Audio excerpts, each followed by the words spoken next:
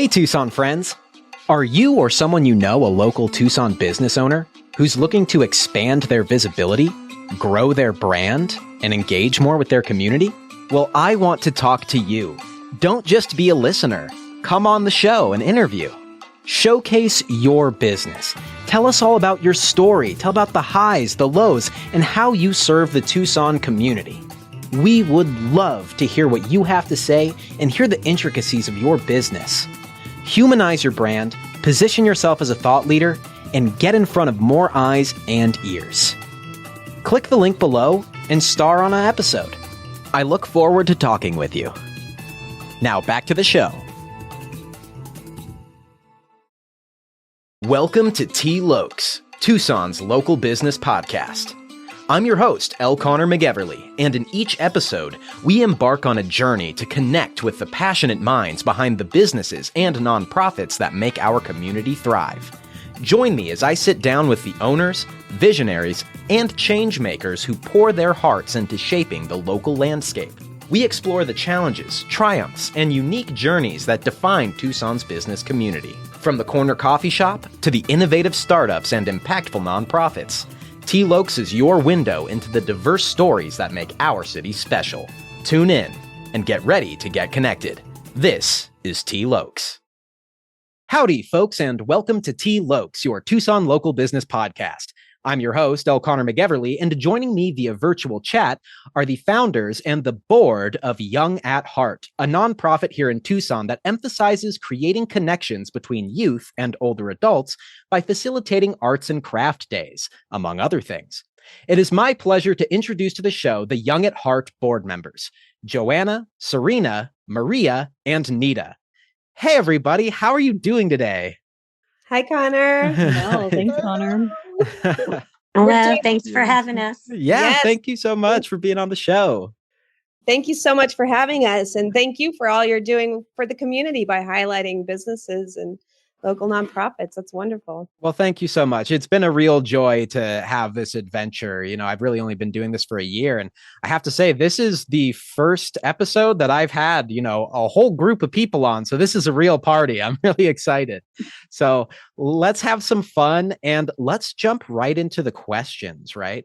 So let's start by taking a small moment for each of you to introduce yourselves a bit.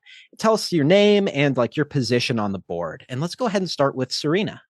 Sure. My name is Serena Scott, and I am one of the founding members of Young at Heart, along with everyone else on this call. And I currently hold the board position of treasurer. Okay. We all work really closely together to do kind of all roles, but my official title is treasurer. Nice. Who'd like to go next? I'll go. All right. Hi, my name's Joanna Wilson Urbina, and I am also a co-founder and of Young at Heart Together. And my position is director. Nice. So I can be next. Yeah. My name is Maria Gambur, and I'm the art director in Young at Heart Together. Very nice. It's very fun. And vice president on the board. True. And vice president. I also the mascot of the nonprofit. Yes. Maria is the your unicorn. She's a unicorn. If you didn't hear, she's a unicorn, and she is our mascot. Yeah. Amazing. And I'm Nita Jane, and I am a general board member. So thank you for having us. Yeah, awesome. Thank you for being here. Thank you for introducing yourselves and your positions. I would like to talk for a moment right now for the founders. Can you guys tell me about Young at Heart Together? What is your mission and what set you on it? Yeah, I'll answer that. Well, first of all, our mission is basically to connect and build the relationships between older and younger generations. And we do that through activities that foster learning, kindness, and joy for all. So basically, we use art and even play as a way to connect and unite generations. Nice. Yeah. And we also use music. We dance with them. We like to play. What do you do when you were a kid? What games did you play? They like that. Yeah, absolutely.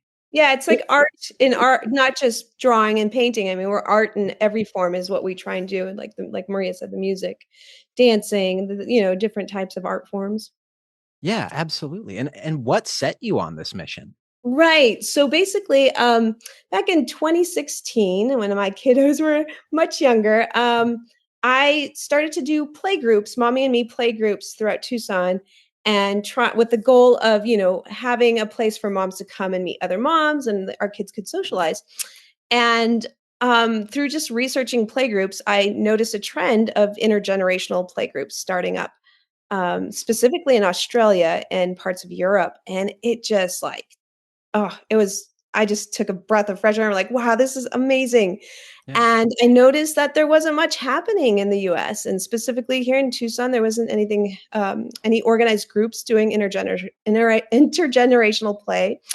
Yeah. And so I asked some other moms that were interested if they were interested, and we got together and made this happen. We started at Life Care Center of Tucson. We still go there. Nice. And yeah, we've been there since 2018, really. Wow. Yeah, we've been seeing some of the same grand friends since then. It's been amazing. But we did bi-monthly meetups, and then COVID hit. Yeah. And so that made us pivot. Totally. We decided to just continue our play groups via Zoom, Okay. and that worked out nicely. And then one of the moms suggested, what if we sent artwork as another way to stay connected with our grandfriends, as we call our elders grandfriends? Yeah. And that turned out to be such a game changer, Yeah. especially during these times where everyone's felt so isolated. Right. And we were able to send artwork, or the families that were joining us were able to send artwork, or we also invited the community to send artwork to our grandfriends. But so then when we would meet via Zoom and have our play groups, you would see the artwork in the background on the walls and so not only did it bring joy to our grandfriends, it added color to their room. Yeah. The kids could see that their artwork made a difference. Like it's just so many elements there that were positive, and therefore we were able to, the light bulb moment happened of like, we want this to grow and help more people and connect more generations like this with art and play. And Yeah. so that got the ball rolling, and it took us about 2 years, but we finally, March of 2023, got our 501c3 status. Sweet. And yeah, so we're new, small but mighty, but we're growing fast too. But yeah, so that's how it started out. That's amazing. That's a great story. And I mean, it's an awesome story of persistence and perseverance as well. I mean, COVID, destructive to so many different, community-based organizations, right? Is really isolating. So that's really amazing that like the core message and your guiding principle really like was strong and resonated with people enough to make it through like such a difficult time and allow people to still connect. That's really amazing. And so thank you so much for your answer. I do want to pivot now, particularly to Serena and Nita. What drew you to Young at Heart and what keeps you here?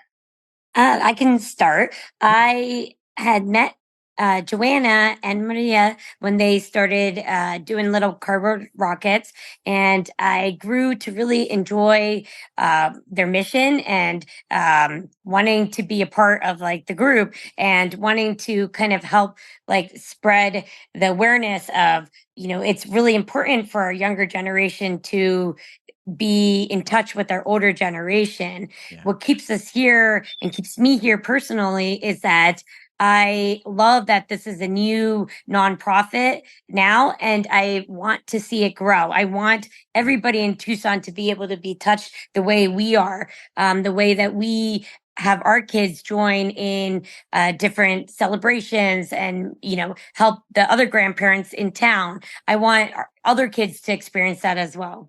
Yeah, that's amazing. Serena, what about you? Yeah, so similarly, I met Joanna initially because my son at the time was part of one of her play groups. And then during COVID, we were also one of the families that would join the Zoom groups and send the artwork and see the artwork. And so we kind of lived what she just spoke about and really, personally felt that connection. And And Joanna put it beautifully in terms of just how meaningful and impactful it was. And I remember my son, who was, 2 at the time, before COVID hit, when we would go into some of these nursing homes and assisted living facilities, he would be pushing the wheelchairs around. He would be talking. There was an ice cream social once where he sat across, I think, a 90-year-old woman, and they just chit chatted. And so it just was really meaningful in all directions,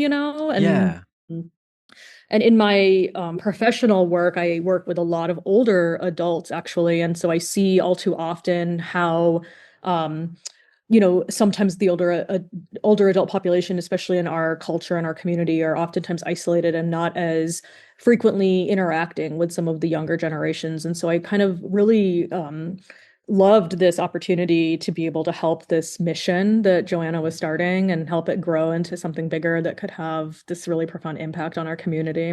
Yeah. Yeah, absolutely. That's so fun. I mean, and really, yeah, that core of connection is just so important. And, keeping everyone, like keeping our generations connected, right? Keep that dialogue going, learning from older generations, learning from younger generations. There's always things to learn, no matter how old you are. So that's really awesome. Howdy, listener. This is Connor. Thank you so much for listening to our episode today. If you find these interviews enriching, one of the easiest ways you can help this show is to leave a rating and a review. If you go into your podcast player, for Apple Podcasts, if you scroll beneath all of the episodes, you'll find a spot where you can rate and review. If you just click that and add a review, that helps others find these impactful episodes and hear the valuable insights of the people who are the heartbeat of the Tucson community. So if you have a moment, please do that. It really helps the show. It really helps me out. Thank you so much for listening, and thank you so much for your support. Toodaloo. And, this is a bit of a pivot, but I'd like to ask, each of you, what was maybe one moment that you, really saw the impact on someone, be they our grand friend or a younger folk? We have a grand friend that she's usually usually in a bad mood. Mm-hmm. And she never, accept hug, or she didn't want to play or nothing. She was there, but she didn't want to. Yeah.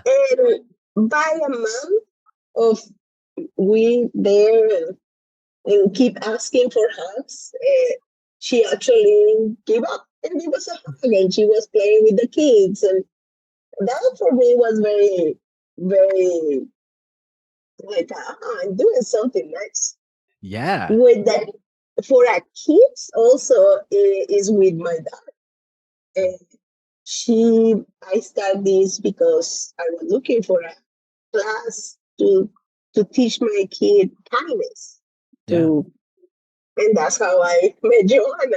Yeah. Everything. But I feel like my daughter was a little bit scared at the beginning of the wheelchair. So she, the smells.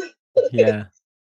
And right now she has friends of 100 years old, 103. Yeah. And she loves to go to these resident assisted facilities. She asks me all the time. She goes to school now, so she cannot come too often. But yes, seeing it in my own kid, it was, this is good. Yeah. And it just fill up your heart. Your bucket. Definitely. No, that's a very touching story. Yeah, for sure. No, definitely, kind of getting people out of their shell and connecting and being joyful. It's understated how powerful that action is, Absolutely. Sorry, a brief tangent, but in some conversations that I've had with grand friends of my own, it can be hard aging, and it can be easy to kind of get in a place where it is easier to be in your shell, just kind of to retreat inside yourself. And so I think it is really beautiful that through art and music and dance and interaction, these people are able to kind of, open their shells once again. So that is really awesome, Maria. Would someone like to go next? I can go. I have two that I'm going to share. One's very quick, and then one's a bit longer. Okay. The quick one was during one of our I think it was at an assisted living facility. We were making rounds through each of the different casitas and singing holiday songs. And when we went into one of the casitas, they announced that it had been one of the grandfriend's 100th birthday. Wow. 2 days ago. And so we sang happy birthday to her, and her eyes just lit up, this huge smile. She knew we were singing to her. And it was just such a beautiful moment because we had a whole school with us. We had a whole elementary school class of kids with us and a live guitarist. Just singing happy birthday to her. And you could tell it was a pretty, special moment for everybody. Totally. Kind of was able to show that, show the kids too what it looks like to be 100. Right. What it can look like to be 100, I guess you can say. Right. And then another moment was at one of the other play groups at another facility. There was a gentleman, one of the residents at that facility, who had a stroke and was wheelchair bound. He was still cognitively able to talk, but had lost complete movement of either his, I think his right side of his body. So was wheelchair bound. And also had some facial kind of deficits with his lip being drooped, and I think one of his eyes. So physically kind of appeared a little bit different, right? Especially for some of these children that maybe haven't seen somebody in a wheelchair. And what ended up happening was just so beautiful because one of the kids asked him why he was in a wheelchair and why his face looked the way it did. And him and the nursing or the assisted living facility assistant that was kind of, the person who worked there were explaining to the kid that he had a stroke and were explaining what a stroke meant. And then actually two of the other residents who lived in the same facility as him, but, probably, I don't even know how much they ever talked, started listening and started asking questions. And we all together as a group, including the person who worked there, started talking about what is a stroke and what does it actually mean and what how did it, what were you able to do before you had this stroke and how has it affected you? And so this whole group of people ranging from probably, 5 or 6 years old up until above 90, were all learning together about stroke, and this gentleman was able to share his story, and it really just exemplified lifelong learning and was a really good role model for all the generations about how we can all learn from each other. And then I just thought it was so beautiful. And then after that there was a game that people kind of played together where they were blowing using a straw to blow a little puffball into a cup across the table, and kind of transitioned into this fun way of interacting. So yeah, that's really cool. That's a really great story. Yeah. Is there another one? I can. Oh, go ahead, Joanna. I was just going to say, you go, and then I have one quick one too. Yeah, and mine is super quick. We go a lot to the assisted living facility on the northeast side, where we do a little Halloween parade every year with them, and they love it. It's not just one of them, but it's multiple of them that just smile from cheek to cheek. Their eyes light up, as these guys have all mentioned in their stories as well. And it's beautiful to see these kids interacting. But one in particular, we had one gentleman, and he stopped me and he stopped some of the kids that were with me, and he said, "I remember you from last year."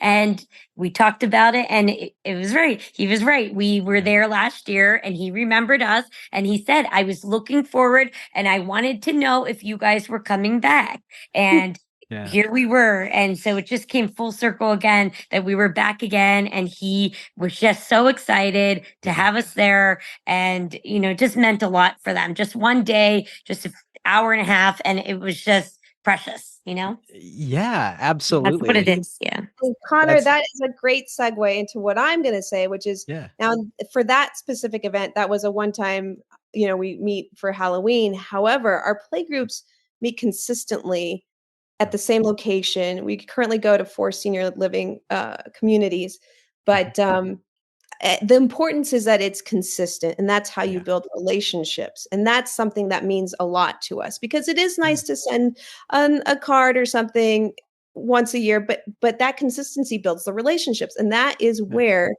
I feel like I've seen, in relationships take time, but I feel like I've seen an achievement there, because over time we've been doing this now for, well, doing it for since 2018, however, Right. becoming a nonprofit and all since 2023. But now I'm seeing relationships starting to build.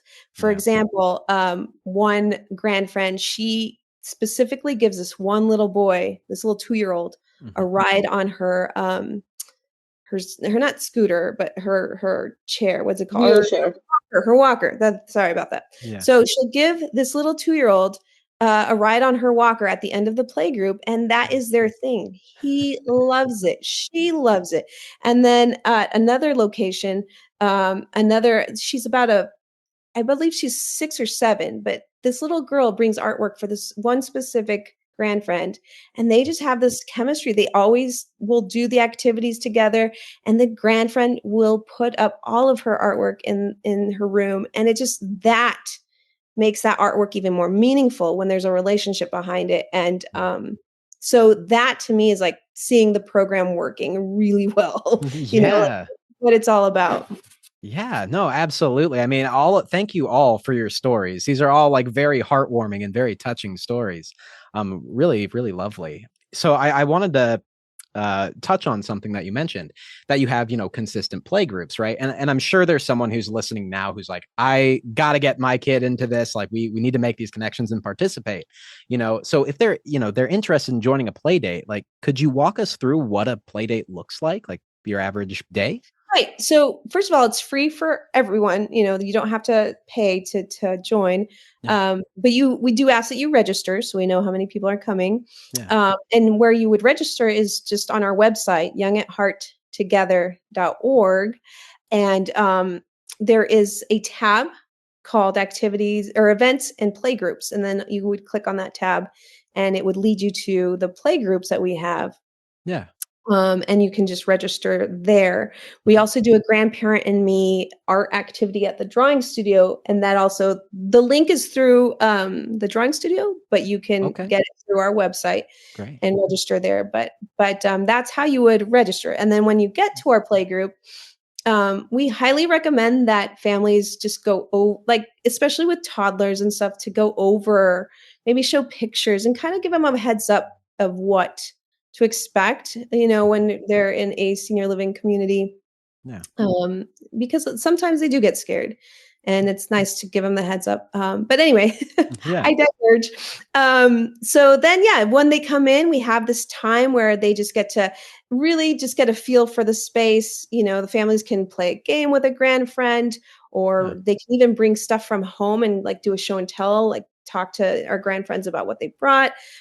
They might be an art activity as well that we have ready for them that they can do. But it's all about the mingling, getting to know the space. And then after about 30 minutes, we'll do a little story time and sing and dance. But actually, each play group does do different activities. Like, for example, one of our play group leaders, Miss Nancy, is more based on music and reading stories. She reads multiple stories, and the grand friends love that. So it'll be more specific on the website. You'll learn more about each play group. Right. So and then we end our time with giving hugs, and we welcome with hugs too, because hugs are so important. Yeah, they're great.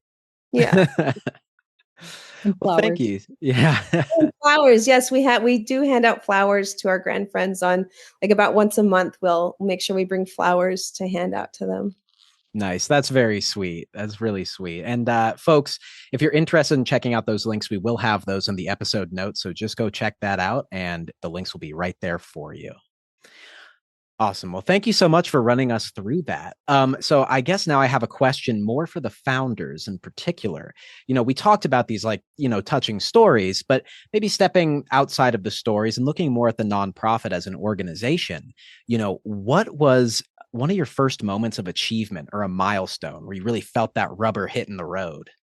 I mean, once we got the 501c3 approved, that was huge. Yeah, It was absolutely. big. That was big. Also, after that, it was just like we got a flood of from the community of just interest, and we were able to get an award from General Dentistry for Kids, from the Willingham Foundation, from the Arizona Rangers. So yeah, we've been getting some good feedback from the community in that sense too, and a lot of in-kind donations. Yeah. It's been very, very positive with how the community's receiving us. Yeah. I'd say one Well, of the our community. You go ahead, sir. well, I I was would going to say say the community. I have to hop off in 3 minutes, so if you don't mind, I'll try to go. Sorry. Go ahead. Yes, yes, of course. Well, I was going to say again, I was full of two answers instead of one, but I think one big milestone, in a weird way, it's a milestone, is when the demand for our services exceeded our ability to provide services because Totally. it showed how impactful our organization is. And so we've actually had 3 additional facilities beyond where we're already going ask us to come and host these groups at their facility. And we've had to say no because we don't have enough resources, right? And we Yeah. want to grow, of course, and that's where the need for volunteers and additional help from the community and anybody listening to this who wants to join our mission. We would love to grow and really reach the demand that this community has put out there. But in a way, it's a milestone because it shows the impact that we've had in other facilities recognizing it. Yeah. Which is nice, but also Totally. kind of stalls us from getting growth. And another big milestone was when we held our first annual, which was last year. We've now had 2 Grandparents' Day fundraiser and an event, which is a national holiday. Not too many people know about it, but Grandparents' Day does exist in September. And it was a really nice event at Trail Dust Town for the community that was a way to also reach our mission to everybody in the community and really normalize all types of aging and not just those who are living in assisted living facilities. And the impact that that's had, even on me personally with my own kids and their grandparents and great grandparents, where we handed out like suggested conversation starters of what was your favorite toy? Tell me what the world was like when you were my age. And just kind of sparking these conversations between the generations and getting back to that way of learning from each other. And so I think, having that event solidified as kind of something that our nonprofit really is able to own for the Tucson community was really nice. Yeah, absolutely. And I think that is a really awesome and like great milestone when it's like, we have to say no now. Our capacity is too high. Yeah, but it feels good to, that people recognize the impact and benefit, which shows that it's making an impact that we wanted to. Totally. Absolutely. That's awesome. One other milestone I thought came to mind was after we became a nonprofit was our ability to be able to work and collaborate with other nonprofits in town to make for a better good or to come together for a commonality. And that really has been impactful and has opened up more doors and avenues to get our name out there, our word about ourselves, and to gain volunteers and interest. So really that's helped. Yeah. Yeah, absolutely. And that's really awesome to make more connections, and just keep growing this community and the community support. Like, that's really sweet. That's awesome. And along that, a shout out to the drawing studio because they took us under their wing and really helped us to get our feet on the ground and, help us grow. So shout out to the drawing studio of Tucson. And we will have We'll have links to the drawing studio in the episode notes as well. Yeah. Thank you, drawing studio. Yes. So I did want to take a brief moment. So Serena, I understand you have to hop off soon. Yeah, thank you so much. 60 to 90 seconds or so. Awesome. Well, let's just take those 60 to 90 to just say thank you so much for coming on the show, sharing your stories and your insights. We really appreciate you being here. Thank you for having me. And I'm looking forward to hearing the podcast when it comes out. Yeah, absolutely. Absolutely. I'll let you all know, of course. Well, okay. Bye, guys. Bye, Serena. Thank you. How do I get off of here? Let's see. Okay. Bye. Bye. Bye. Let's be real. Running a coaching business means balancing client meetings, building your visibility, reaching new audiences, all while staying on top of editing your content and scheduling. At Connor Voice LLC, we provide audio engineering services and content management to coaches looking to expand their reach without the hassle. We manage every detail so your podcast comes off sounding polished and professional, while you focus on what you do best. Spend more time coaching and less time editing. That sounds good to you? Schedule a free consultation. Follow my links in the episode notes. Reach out and let's talk. So we've talked about, these really awesome stories of connection and kind of like bringing joy, getting people out of their shell. But I want to know, maybe focusing down a little bit, can you tell me a little bit about the impact these playdates have on our grand friends in particular? Well, like Maria said, we get to see some people that are just some of our grand friends that just don't look happy, don't look, and then we go there and it's just like they light up. In fact, one in particular, one lady I was trying to draw her a flower to see if I could start communicating with her and stuff. I was drawing her a little flower and she just would not interact with me. But the second that child came to her side, she turned over and had the biggest smile on her face. And it's so, things like that you just see. And then again, like they are excited they ask, when are they coming back? When is Young at Heart coming? Yeah. When are the kids coming? And just, it takes a village. It takes a village to make this happen. In essence, we become like family, they expect our visits again, because it's consistent. They know when our visits are and they expect them. And it's just a nice way to have them get out of what the normal routine is too. Yeah. Absolutely. Well, thank you. Yeah, absolutely. So, we've talked a little bit about a milestone that you've had, some challenges along the way, but what are some goals that you are striving for now? That's a great question. You want to say something, Maria? The goals that we would like to connect more schools with the closest assisted living facility that they have. Yeah. So there be more connection, more together. Yeah. But I think that's one of our goals for like next year because they are calling us and we would like to say yes to everyone. Yeah. But we really need volunteers and help. Absolutely. So one of our goals is connect schools with assisted living facilities so they can be, I don't know, friends and start playing together with art and stuff. Yeah. And to connect more. Absolutely. That's a great point. Oh, go ahead, Nita. Sorry.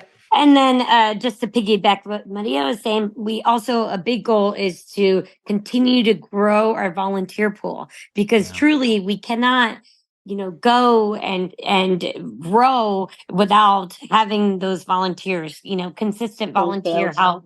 It really is important for us so that our nonprofit can continue to flourish and become more impactful.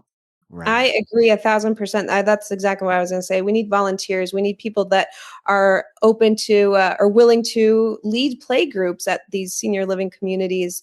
If they are people that love to, want to be a teacher maybe, or have that theater arts background where you don't mind singing and dancing and just creating this fun environment, right? For both for all ages, and so or even that doesn't even have to be the case or you bring a passion of yours that you want to share with the community.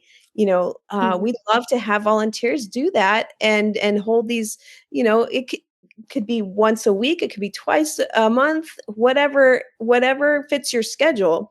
Right.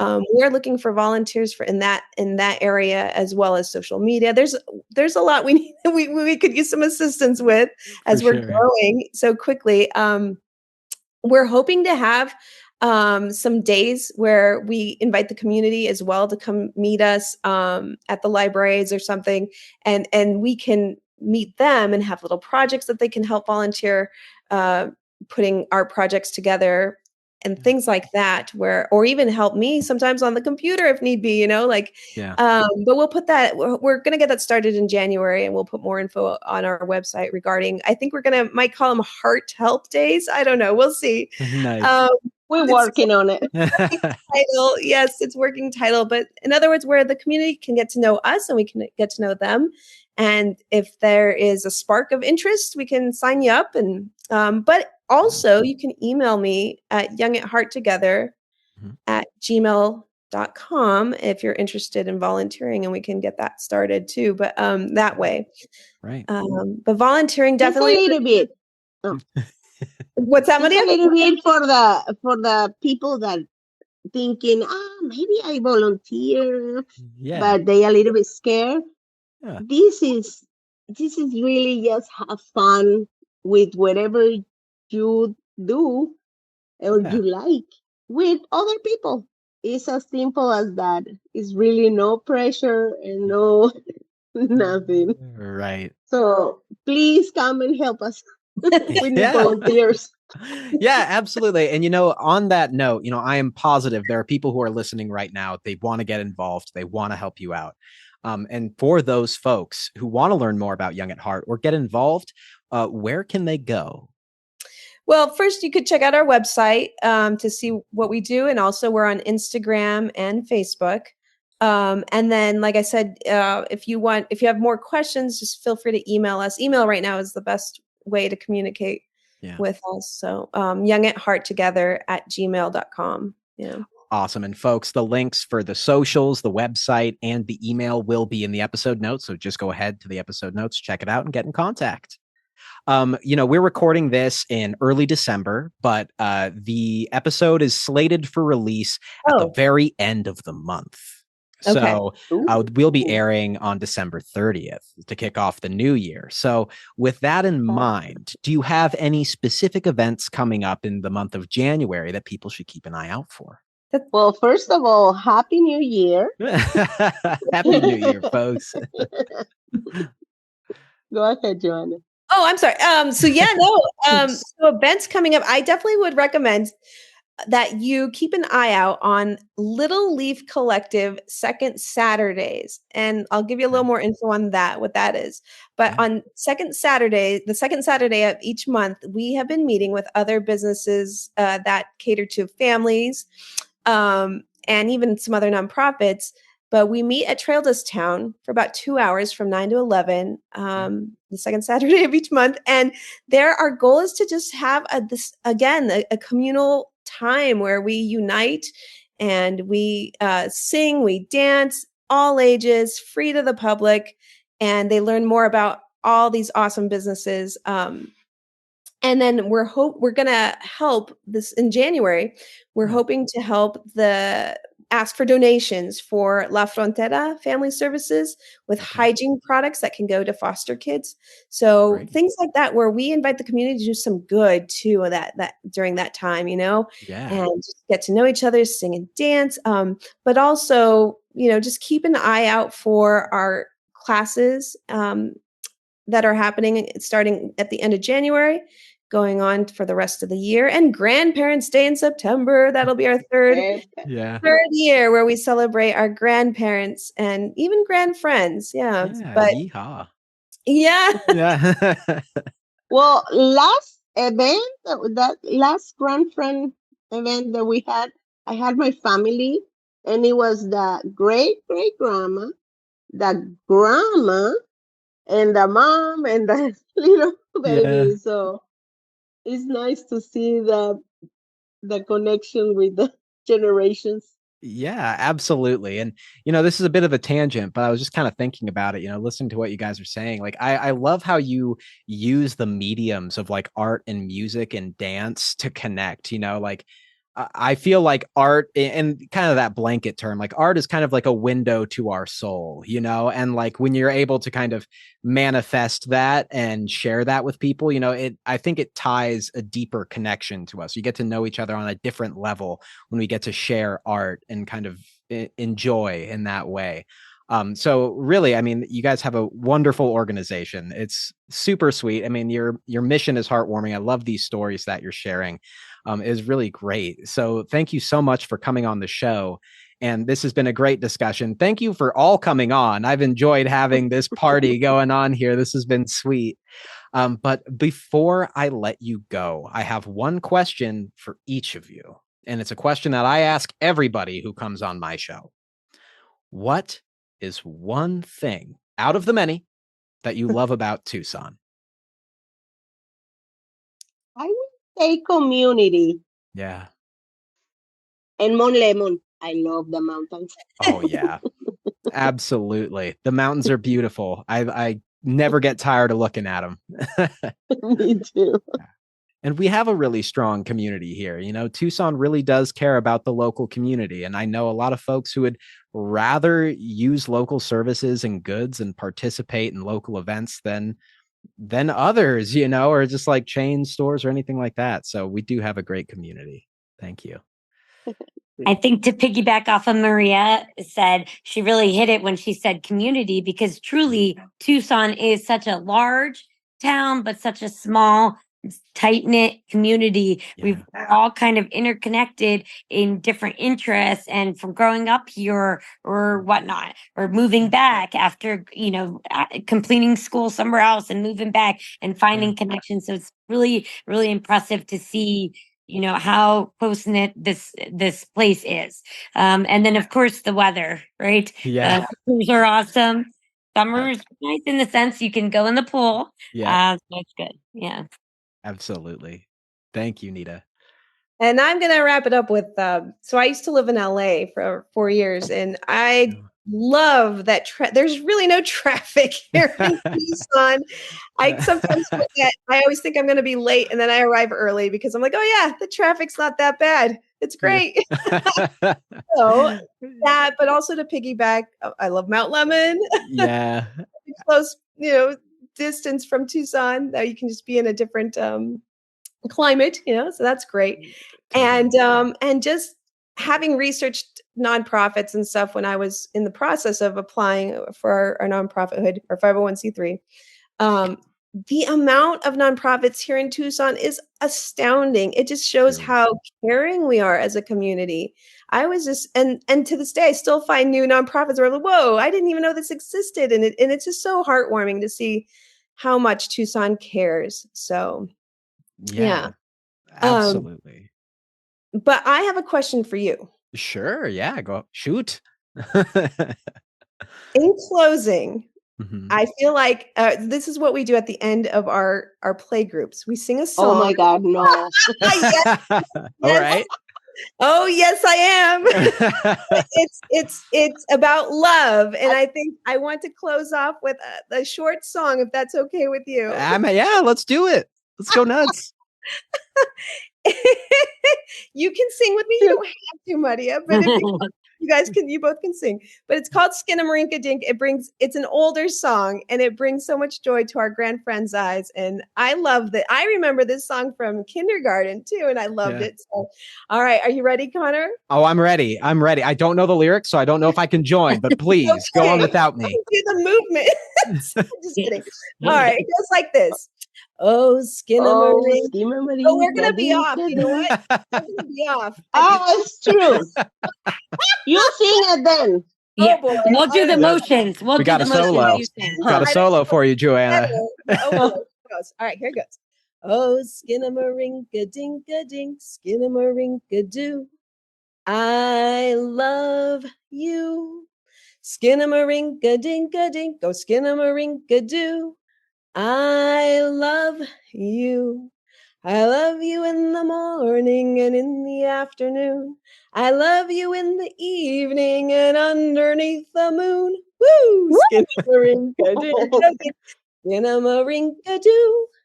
I love you. And we end with a hug. Thank you so much, Connor, for having us on. And again, thank you for what you're doing for our community. Thank you very much. Thank you. Thank you so much. That. Yeah. Hey, thank you again so much. I can understand why they love that song. That was great. That was awesome. I need to make other people sing songs to me before they leave. There you go. That's right. Well, again, thank you so much for coming on the show, everybody. And let's just say a final goodbye to our listeners. Bye, folks. Bye, everyone. Adios. And that's a wrap for another episode of Tea Lokes, your go-to podcast for uncovering the untold stories of Tucson's local businesses and nonprofits. A big thank you to our incredible listeners for joining us on this journey of connection and discovery. I want to offer a hearty thank you to the Young at Heart Board of Directors, Joanna, Maria, Nita, and Serena, for coming on the show today and sharing their stories, as well as the creativity, passion, and love that drives, as well as sustains, your heartwarming nonprofit. I couldn't help but smile as I was editing this episode, so thank you again so much. Show them some love and check out their links in the episode notes. A big thank you to Louis Sanders from Sound Monk Studios for composing the awesome Tea Lokes theme music. If you enjoyed today's episode and want to stay connected with Tucson's vibrant business scene, don't forget to subscribe, rate, and leave a review. Your feedback is invaluable, and it helps us continue bringing you engaging conversations. As we wrap up, remember that Tea Lokes isn't just a podcast, it's a community. Let's keep the conversation going on social media. Follow us on Facebook, Instagram, or our Discord channel and share your thoughts, suggestions, or even recommend a local business or nonprofit you'd like to see featured on the show. Thank you once again for being a part of the Tea Lokes community. Until next time, stay connected, stay inspired, and keep supporting the heartbeat of Tucson. Toodaloo.